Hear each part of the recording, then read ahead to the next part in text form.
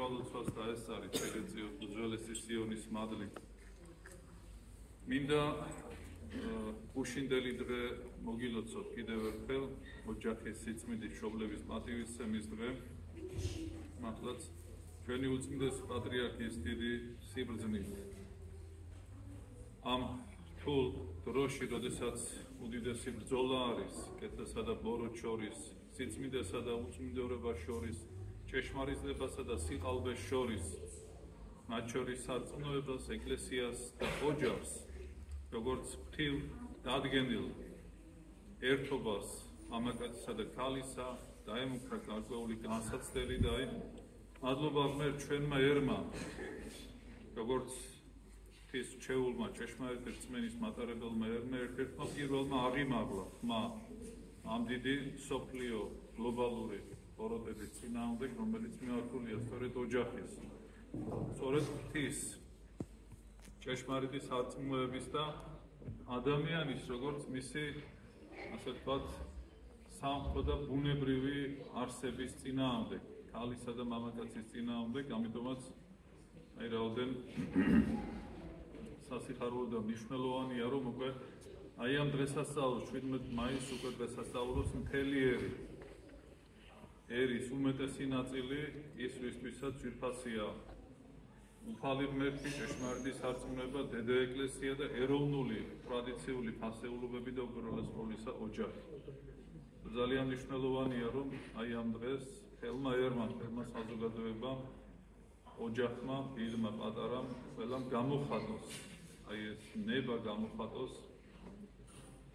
გამოხატოს აღსარება ჭეშმარიტი სარწმუნოებისა და ერთგულება ყველა იმ სამთო ცნებისა და ნებისა, რომელიც ჩვენმა ქართველმა ერმა მიიღო და აქცია იგი როგორც საკუთრივ, ასე ვთქვათ, ეროვნულ თვისებად, შეიძლება ასე ითქვას, ტრადიციად.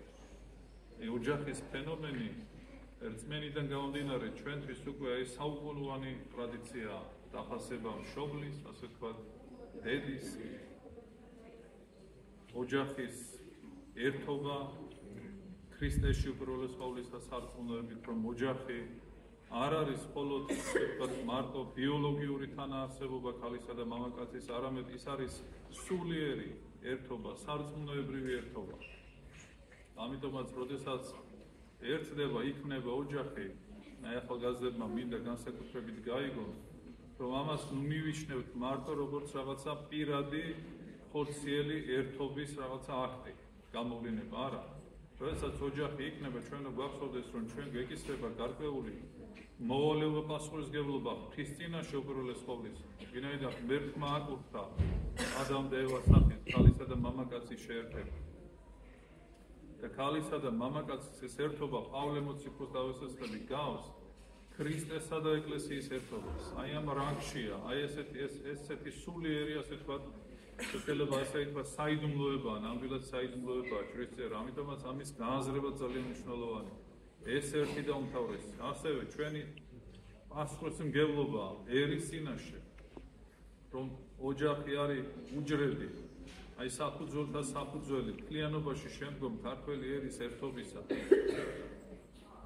ჩვენი ეროვნული, ასე ვთქვათ, ღირებულებების დაცვისა, ერთობისა, სახელმწიფოებრივი ეროვნული ერთობისა. ამ ოჯახში უნდა აღიზარდოს შემდგომ ჭეშმარიტი რწმენით და ეროვნული ფასეულობებით მომავალი თაობა. ამას ემსახურება ოჯახი, რომ ჩვენი შვილები ღვთისა და ერის წინაშე იყვნენ ჯანსაღი. და ბუნებრივია შემდგომ პასუხისმგებლობა უკვე ერთმანეთის წინაშე.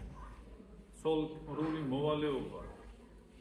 მე კიდევ ერთხელ გულდასმით შეგვიძლია გავეცნოთ ჩვენ პავლე მოციქულის ეპისტოლეს, ეს მონაკვეთი იკითხება ჭრისწერაზე, რა მოვალეობა აქვს, რა არის ოჯახი, როგორი უნდა იყოს, როგორია ნამდვილი ოჯახი, ვინ არის ამ ოჯახის თავი, რომ მამაკაცი და რა უფლება მოვალეობა აქვს მამაკაცს დედაკაცის წინაშე, მეუღლის წინაშე და პირიქით რა უფლება მოვალეობა აქვს მეუღლეს მამაკაცის წინაშე, როგორია მათი თანაარსებობის ყველაზე უფრო ესეთი სულიერი, ამაღლებული და ჯანსაღი ფორმა, როგორ უნდა უყვარდეს მამაკაცს საკუთარი მეუღლე.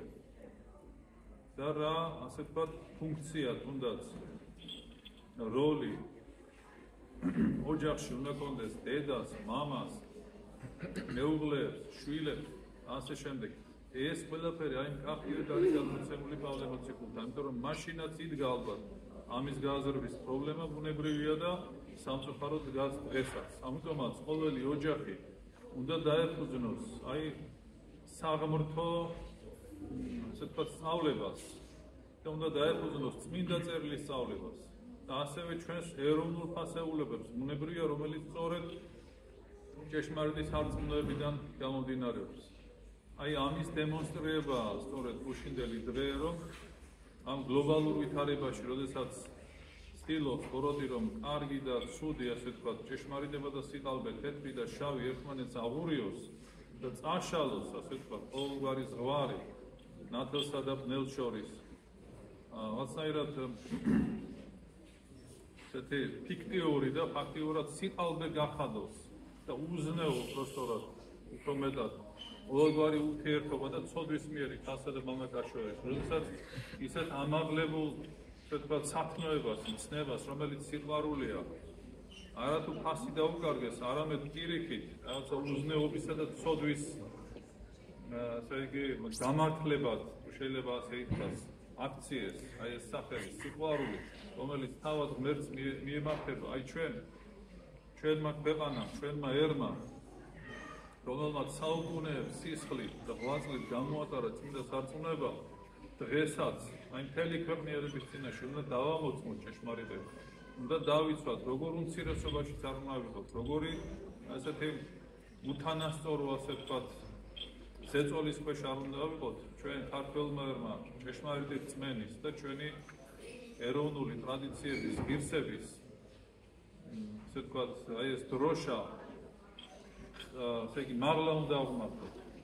არავისი შიში და არავისი მორიდება ამ შემთხვევაში არ უნდა იყოს ერსა და ბერში. იმიტომ რომ თავარი არის უფლისმსახურება, თავარი არის ღვთისნების აღსრულება და არა რაღაცა ადამიანური გავლენების თუ რაღაცა თანამედროვე იდეოლოგიების თუ მიმდინარეობის აყოლა.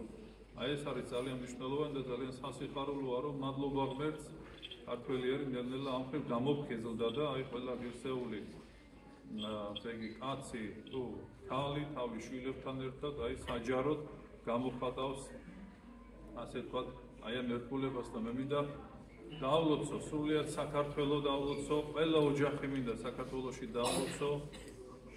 ვევედრო ღმერთს, რომ მრავალი ოჯახი, ღირსეული, ქრისტიანული, რწმენი და ღირებულებებით აღსავსე ოჯახი შექმნილი იყო საქართველოში და დაიფაროს ღმერთმა ყველა ოჯახის სიწმინდე და ასე იგი, დარღვეული იყოს აი ქრისტიანული ოჯახის, ქართული ოჯახის ერთობა. იმიტომ რომ ხალი ბრძანებს, რომ რაც ღმერთმა შეაუგლა, კაცი ნუ განაშორება. სამწუხაროდ იმის გამო, რომ შემთხვევაში ახალგაზრდებს არა აქვს გააზრებული აი ოჯახის მნიშვნელობა და ფუნქცია, შემდგომ ადვილად ერღვევა და არაერთი ოჯახი ინგრევა სამწუხაროდ საქართველოში. ეს არის ძალიან დიდი ტრაგედია. ამიტომაც ვიდრე ბუნებრივია განსაცდელის რაღაც პრობლემის გარეშე ოჯახი და თანაცხოვრება არ არსებობს, მაგრამ ვიდრე ადამიანი რაიმე ემოციურ და ესეთ გაუთვალისწინებელ რადიკალურ ნაბიჯს გადადგამს, უნდა კარგად გაიაზროს. რას ნიშნავს ოჯახი? რატომ არის ერთად, რომ ეს დიდი საიდუმლოებაა, რა პასუხისმგებლობაა ღვთის წინაშე, ერის წინაშე და ერთმანეთის წინაშე და მერე უნდა ასე ვთქვათ, გამოიტანოს დასკვნა და გადადგას ნაბიჯი. ხანდახან ისე ემოციურად, რაღაცა გაუაზრებლად, რაღაცა არა არსებითი მიზეზის გამო ქალი და მამაკაცი ერთმანეთს შორდება. ეს დიდი ტრაგედია, ეს არ უნდა დაუშვათ. ეს ეწინააღმდეგება ღვთის ნებას, ამიტომაც ყველაფერი უნდა გააკეთოს ადამიანს, რომ ოჯახი შეინარჩუნოს, არა მხოლოდ შეინარჩუნოს, ეს ოჯახი უნდა იყოს მცირე ტაძარი, ასე ვთქვათ. ეკლესია, სადაც მამა, დედა და შვილები აი წარმოადგენენ ღვთის სამწყსოს. აი ამის გააზრება როცა არის, აი ამ ნიშნულობის, ხომ? მერე უკვე სხვანაირად ფიქრობს, სხვანაირად ასე ვთქვათ, ლაგდება ურთიერთობაც. როდესაც მხოლოდ ემოციაზეა, როდესაც მხოლოდ ხორციელ და გარეგნულ თქვა შეხედულებებზე და სურვილებზეა ოჯახი დამყარებული, ან რაღაცა სიმდიდრეზე, არ ვიცი, სხვა რაღაც მისწრაფებებზე, მიწიერ-მისწრაფებებზე, სამწუხაროდ არ ამდგრადია. ამიტომაც მე მინდა კარგად დაფიქრდნენ ახალგაზრდები, რომლებიც აპირებენ და ვისაც ეწევა ეს სამხობ-ძნობა, ნამდვილად სიყვარული, აი ამ სიყვარულთან ერთად რა უფლება მოვალეობა და რა პასუხისმგებლობა არსებობს ზეცასა და მიწის წინაშე. ერთმა დააგლოცოთ, გაგამრავლოთ, გაახაროს უფალმა, დაალოცოს როგორც ერთი ოჯახი, ერთი ქრისტეს სამწყსო, სრულიად საქართველო, ეს უნდა მოვიაზროთ. ეკლესიაც ოჯახია, სულიერი ოჯახია და ჩვენი ერიც ქრისტეს სამწყსოს ოჯახია, ეს უნდა კარგად გვახსოვდეს ყველას. ყველაზე უდიდესი სცენი, ერთ-ერთი უდიდესი სცენი, ცოდვა, რაც სამწუხაროდ გამოვლინდება ოჯახებში, რაზედაც გუშინდელ ქადაგებაში ძალიან ისე კონკრეტულად და მკაფიოდ გაუსვა მეუფე შიო. ესე იგი აქცენტი, ეს არის აბორტი, ეს არის პირდაპირ კვლელობა, განადგურება, რა გვინდა ჩვენ ტერი, ვთქვათ და რაღაცა გარედან შემოსული, როდესაც სამწუხაროდ რაღაცა არათუ ცოდვად და არათუ რაღაცა საგანგაშო დაიფამს ადამიანის ზოგიერთ შემთხვევაში თითქოს შოულებრივ ნორმად.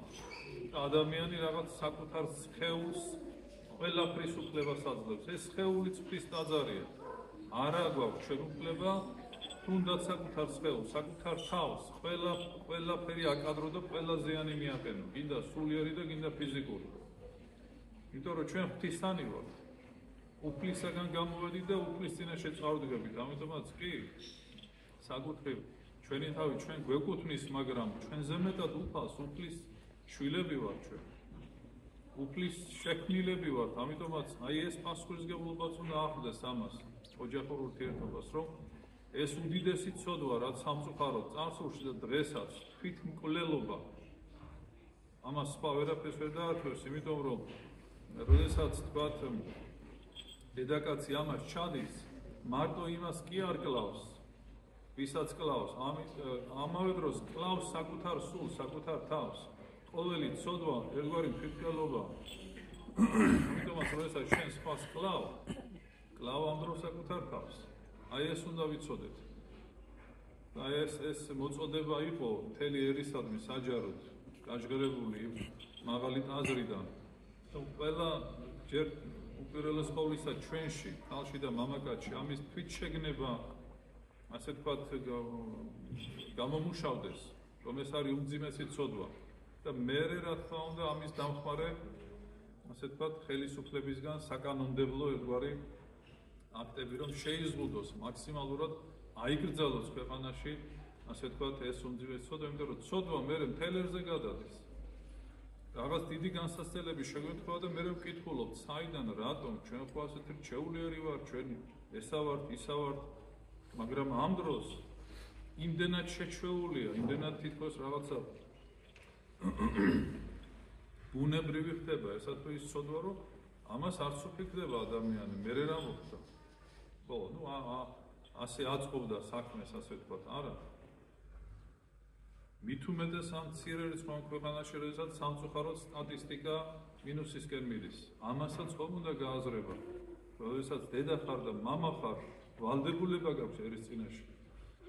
ასე რომ არ აფიქრა ჩვენ წინაპარს. იმ უთანასწორო ბრძოლებში რა გადაგვარჩენდა. ამიტომაც ეს ძალიან კარგად უნდა გავიაზროთ, რომ მრავალი შვილი რამდენსაც უფალი ნებებს. ესე იგი უფალს ნებავს და გამოდის რომ ადამიანს არ ნებავს, რა უფლება გაქვს შენ ღვთის ასე ვთქვათ ნებას, ცოცხალ სულს არ მისცე არსებობის საშუალება, სიცოცხლის საშუალება. აი წარმოიდგინეთ, პირდაპირ ეწინააღმდეგება ადამიანის ღვთისნებას, აი რა უფლება გაქვს. ღვთისნება რომ არ ყოფილიყო, არც არავინ არ იქნებოდი. მაგრამ რატომ უფალი იძლევა ის იმასაც ასე ვთქვათ უფალს ისიც გააზრებული აქვს და ისიც დანახული აქვს ის როგორ გაიზრდება და რითი გაიზრდება, თუნდაც რითი იკვებება.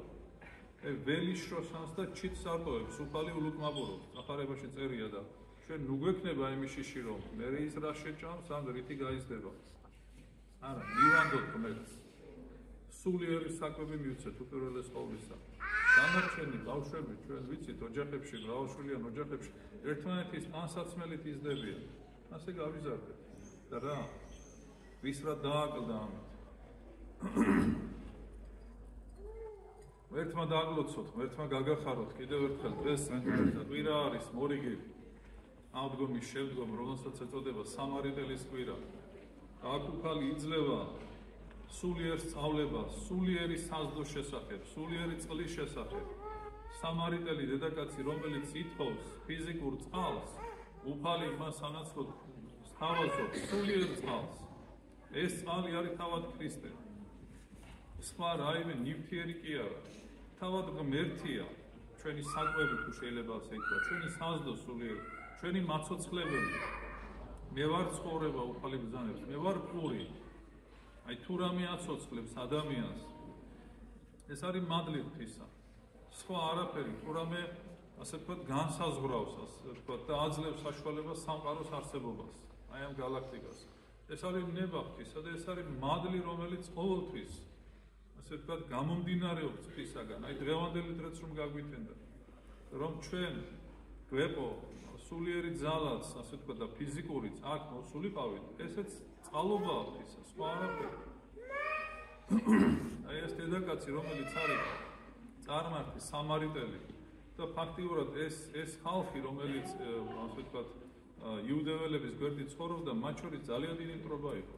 არ იყო არანაირი ურთიერთობა, პირიქით იყო სიძულვი და შეგნებულად უფალი იესო ქრისტე მიდის ასეთ კუთხეში. ესაუბრება სწორედ აი ამ წარმართ დედაკაცს, სრულიად წარმოუდგენელი იყო ეს მოვლენა, ეს ქმედება ებრაელებისთვის. აგი გაკვირვებული მოციქულები კიდევაც იკითხებიან ქრისტეს. აი ამ ურჯულო დედაკაცს როგორ ელაპარაკებია. მაგრამ უფალი ამსხვევს სწორედ აი ამ არასწორ შეხედულებას, რომ ქრისტე ყველასთვის მოვიდა.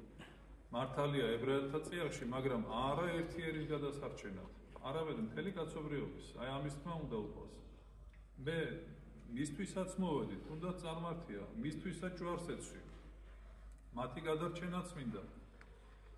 და ამიტომაც ის წყალობა ეძლევა ყველას თანაბრად, ვინც მიიღებს მას, რა თქმა უნდა.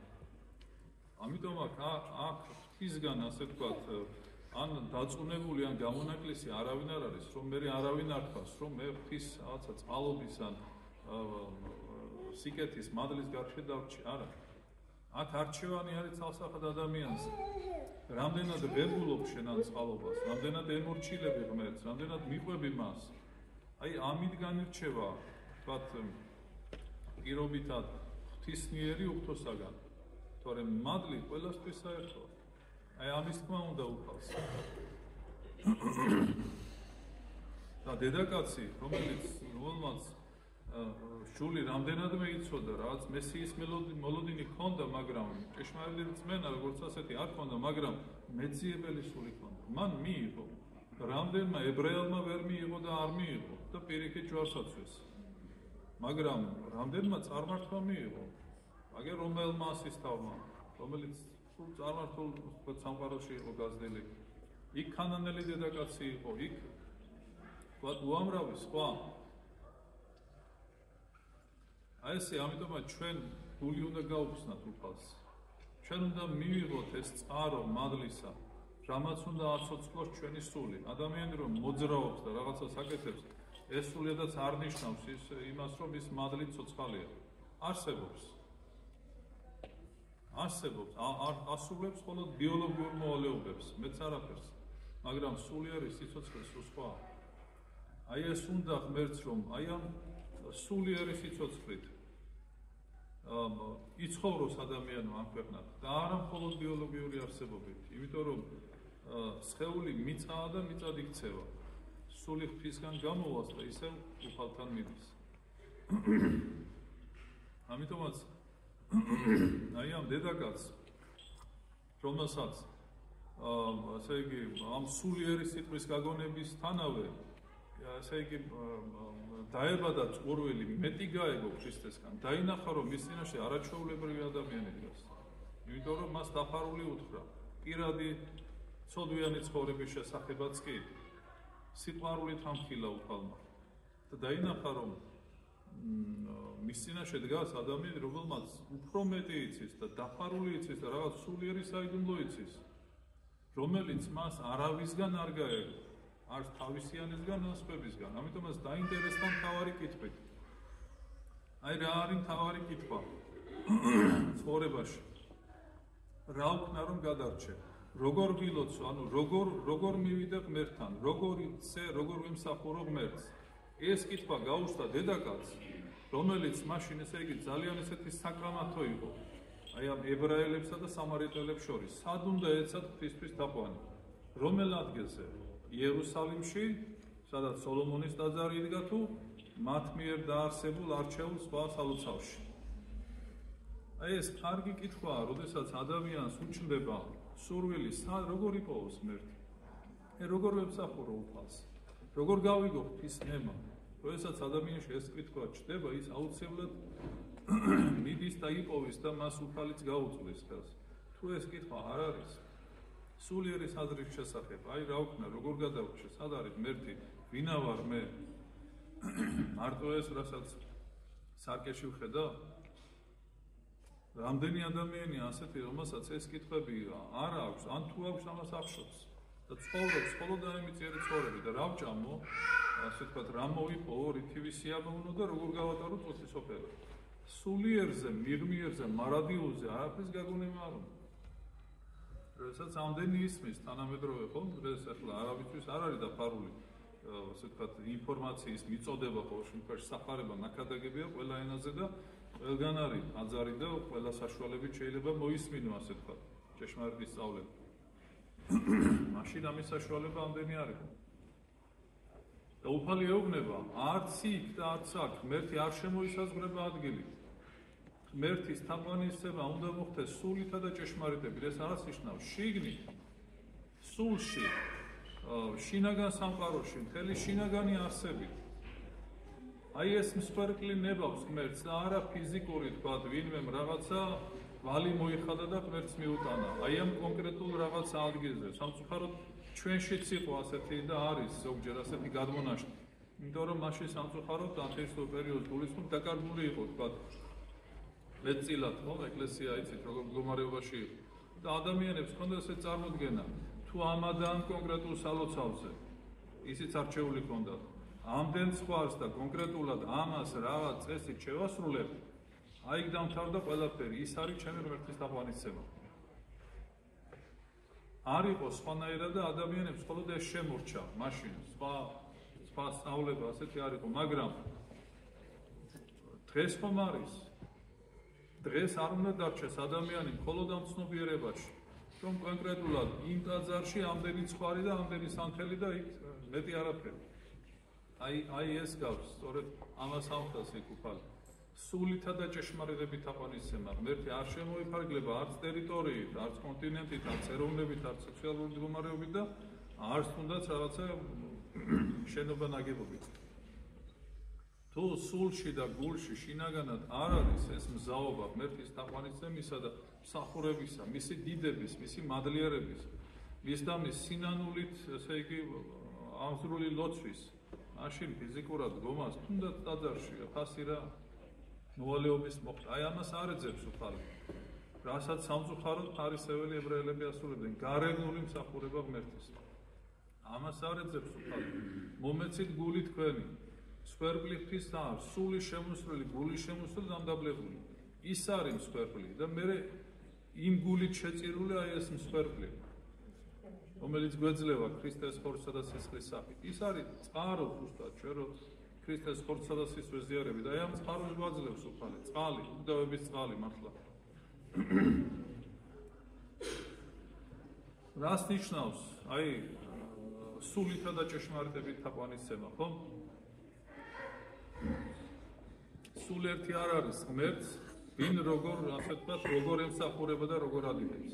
უპირველეს ყოვლისა აუცილებელია ჭეშმარიტი ღმერთის ჭეშმარიტი სარწმუნოებით თაყვანისცემა.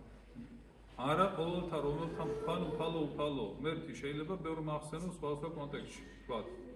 მაგრამ არა, ჭეშმარიტი სარწმუნოებით, ის რაც ქრისტემ გვასწავლა, ის რაც წმინდა წერილშია გადმოცემული და რაც წმინდა უნდა გადმოგცეს. ეს უპირველესი. მერე ჭეშმარიტი სარწმუნოებით, ჭეშმარიტ დედა ეკლესიაში, არა მის ფარგლებს გარეთ, რომ ერთხელ მოვინათლე და მერე შეიძლება რაღაც საჭიროების გამო ან ვიღაცა მოგდა ან რაღაცა გაბედნიერდა და მაშინ მივაკითხე ეკლესიას. არა. მთელი ცხოვრების წესით არ ამაკო შაბათ-კვირას. არ უნდა არსებობდეს არც ერთი დღე და არც ერთი საათი და წუთი, რომ შენში უფალი არ ცოცხლობდეს. ყველა შენს ქმედებაში, ყველა შენს ფიქრში, ყველა შენს სიტყვაში. ეს არის სული ცხოვრება. არა მარტო რაღაცა წესჩვეულებების ასრულება თქვა. უფალმა ქრისტემ მოიტანა მადლი, ძველათმაში იყო სჯული, მაგრამ სჯული იყო მოსამზადებელი, საშუალება მადლის მისაღებად. მარტო ის არ აცხონებს კაცს. მადლი, აი მადლი როგორ მოიპოვოთ. მადლმოსილი როგორ გავხდეთ, ღვთისმიერი როგორ გავხდეთ. სულითა და ჭეშმარიტებით, საღვთო სულით, სულიძვლის მადლით როგორ ავიუსოთ. თორე რიტუალი ხო არ ეწოდება საღვთო მსახურებას. ეს გარეგნული რაღაც საერო ტერმინია. ამ ხდება მართლა საიდუმლო შეერთება ღმერთთან. პირველი ეს ჭეშმარიტი ღმერთი, ჭეშმარიტ სარწმუნოება. მერე ამ სარწმუნოებაში კეთილზნეობითი და სიწმიდით ცხოვრება. აი ეს არის სულთა და ჭეშმარიტები. თუ სიწმიდით არ ცხოვრობ, მარტო ნათლისღება ჭეშმარიტი ვთქვათ მართლმადიდებელი ვარ იძახო, მაგრამ სიწმიდით არ ცხოვრობდე, კრძალულებით არ ცხოვრობდე, ესეც გაორებაა ერთგვარი. მთელი არსებით უნდა გვიყვარდეს, აი ღმერთი როგორ ითხოვს, იქ მთავარი ცნება, ესე იგი რომელიაო და ასოხობს, შეიყვარო უფალი ღმერთი შენი ყოვლითა სულითა, ყოვლითა გულითა და ყოვლითა გონებითა შენი. აი რა არის სულიერი ჭეშმარიტი მსახურება ღმერთის, სულთა და ჭეშმარიტებით. ყოველი გული, ყველა სულით და ყოველი ასე ვთქვათ გონებით, მთელი შენი არსებით, მთელი შენი შინაგანი არსებით უნდა ემსახურო ღმერთს. აი აქ მსახურებაზე მოვდივარ, როგორ უნდა ვიყოთ ჩვენ მონაწილე ამ საღვთო მსახურებას. აი მთელი არსებით ჩვენ სამწუხაროდ ეს გვიჭირს, გონებით სადღაც ვართ, ვიღაცა რაღაცა ვთქვათ ტრადიციას ასრულებს ან ასე შემდეგ, არა. აი ასეთი სულები ნებავს ღმერთს. ასეთ სულებს ეძებს უფალი, სადაც ის დამკვიდრდება თავისი მადლით ასეთ გულებში. ესაა ძალიან მნიშვნელოვანი დედაკაცმა. ეს ასე ვთქვათ შეგრძნება, ეს მადლი ღვთისგან აი შეერხო მის გულს. და მისმა გულმა და ასე ვთქვათ შინაგანმა სამყარომ სხვანაირად დაიწყო ცქერა, სხვა სიცოცხლე მიეცა მას. ის თავიდან დაიბადა, ის იყო მკვდარი მადლის მიღმა, ასე ვთქვათ, ჭეშმარიტების მიღმა და აი ახლა გაცოცხლდა როგორც ახალი ნერგი მიწიდან ამოსული და იმდენად დიდი მადლი და სიხარული მიიღო, რომ აი ვეღარ გამოხატავდა ფაქტიურად, ვეღარ ეყოლოდა ადამიანი, სულ დაიწყდა წყალი. ადამიანი, ქალი გამოსული იყო კილომეტრობით, ხომ იყო დაბნოა და ესეთი ადგილია. ჭურჭელიც დააგდო იქვე. წყურვილიც დაავიწყდა, ესეთი მადლის შეგრძნება და გაიქცა მახარებლად. უფალმა მართლა მესია რომ მოვაო, ამას ჩვენ ყველაფერს გავიგებთ. აი ეს არის მესია, რომელიც ახლა გალაპარაკება. უფალმა გაუმჟღავნა საკუთარი და აი მოსულია და აგერ. ხომ წარმოიდგინეთ ახლა რა, როგორი ესეთი სასწაულებრივი შეგრძნებაა, ჩვენ რო წარმოვიდგინოთ ჩვენი თავი დედაკაცის ადგილზე. ხომ რო არ ელოდებით და აი კაცი გიდგას წინ და გეუბნება მე ვარ ის, აი მე ვარ ყველაფერი, მე ვარ ქრისტე. გამოუგნებელია და აი ეს ამხელა სასწაული მიიღო დედაკაცი. დაღარა ყველაფერი და გაიქცა. რომ მარტო თავისთვის არ უნდა და ეს სიხარული, ის იქცა მოციქულად და მახარებლად და მთელს ასე იგი ქალაქს თუ სოფელს იქ შეატყობინა, გამოდით ხალხო. რა დროს ცხოვრებაა, გამოდით, აი მე ვნახე მესია, რომელსაც ჩვენ ველოდებით და რაღაც აი წარმოგიდგენია ეციური, აგერ კაცის სახით ნახე. აი წარმართი დედაკაცი გახდა ამსარებელი, მახარებელი. აი ესეა მადლს, როცა შეეხება მადლი გულს, ადამიანის ცხოვრება სულ სხვა ფერისცვალება, აი ნამდვილი მადლის მერი ფერისცვალება. აი ასეთები უნდა გავხდეთ ქრისტიანები. აი ასე უნდა შეიცვალოს მიწი და აი ამ რაღაცა ცხოველური თუ მიწიერი ხორციელი მოთხოვნილებიდან თუ ცხოვრებიდან, არსებობიდან ჩვენ ნამდვილ სიცოცხლეში უნდა გარდავიქმნათ. და მუდმივი წყურვილი უნდა გქონდეს. აი კვირიდან კვირამდე ვთქვათ ხო, ნუ დანარჩენი დღე შეიძლება ადამიანის შრომაც რაღაცა კვირიდან კვირამდე ისეთი წყურვილი უნდა იყოს ჩვენი მოსვლა, წირვაზე და ზიარება ქრისტესთან შეხვედრისა. რომ ადამიანი აი რა უნდა მოხდეს რომ ესე იგი ამას მოაკლდეს. ყოველდღიურად ბუნებრივია პირად ლოცვებშიც და სულ ყოველთვის. აი ეს არის დღევანდელი კვირის არსი. რომ უფალი გთავაზობს საკუთარ თავს, წყლადაც, პურადაც, სიცოცხლეც, აერით, ცხოვრებაც, ყველაფერი ქრისტეა. თავარი ადამიანი როგორ მიიღებს მას, აი როგორი დამოკიდებულება ექნება მას. აინებოს უფალმა რომ ჩვენც გაგვითხეს გული, აგვეხილოს სულიერი თვალი, ჩვენშიც დაივანოს უფალმა და ჩვენც აი დამაშვალება მივიღოთ ეს უანგაროდ მოწოდებული მადლი წყალობა ღვთისა, ესე წმინდა ზიარების სახით, სამღვდო მადლის სახით. აი ეს იქნება ნამდვილი სულიერი ღვთაებრივი ცხოვრება აქვე სხეულში, ამ ქვეყანაზეც, მარტო მერე არა. აქვე იწყება ეს ყველაფერი. და ბუნებრივად მოხდება მერე ჩვენი გარდასახვა იმ ნეტარ საუბრაში. ოღონდ აქედან იწყება ეს. მადლობა უფალს ამ დიდი წყალობისათვის. ღმერთმა დაგლოცოთ, ღმერთმა გაგახაროთ. ეს ჩვენთვის სასიხარულო დღეა, რომ დღეს ჩვენი პატრიარქის ლოცვა-კურთხევი მოხდა კიდევ ერთი ხელდასხმა, მამა თორნიკე იკურთხა დიაკვნად, ძალიან სასიხარულოა ახალი ქრისტეული ახალგაზრდა სასულიერო პირების შემომატება, გაძლიერება ჩვენს დედა ეკლესიაში, უსურვებთ მამა თორნიკეს, რომ ეს მადლი მსახურებისა, დიაკონობისა მან გაამრავლოს ერთიასა და დიდი სიყვარულით ემსახუროს უფალს, ეკლესიას და მშობლიურ ხალხს. მამა გიორგი ბრძანდება, წინამძღვარი არწავის ტაძრის მისი მოძღვარი, სამრევლოთი ყველანი ძალიან მოხარულები ვართ.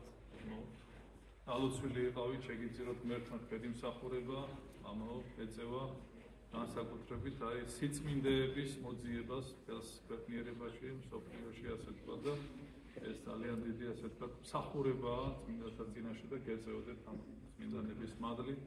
აგლოცოთ ღმერთმა ყველანი, ერი, მრევლი, გალობლები და მშვიდობით და სიხარულით უფალმა დაალოცოს და გაამთლიანოს და გადაარჩინოს სრულიად საქართველოს. ამინ.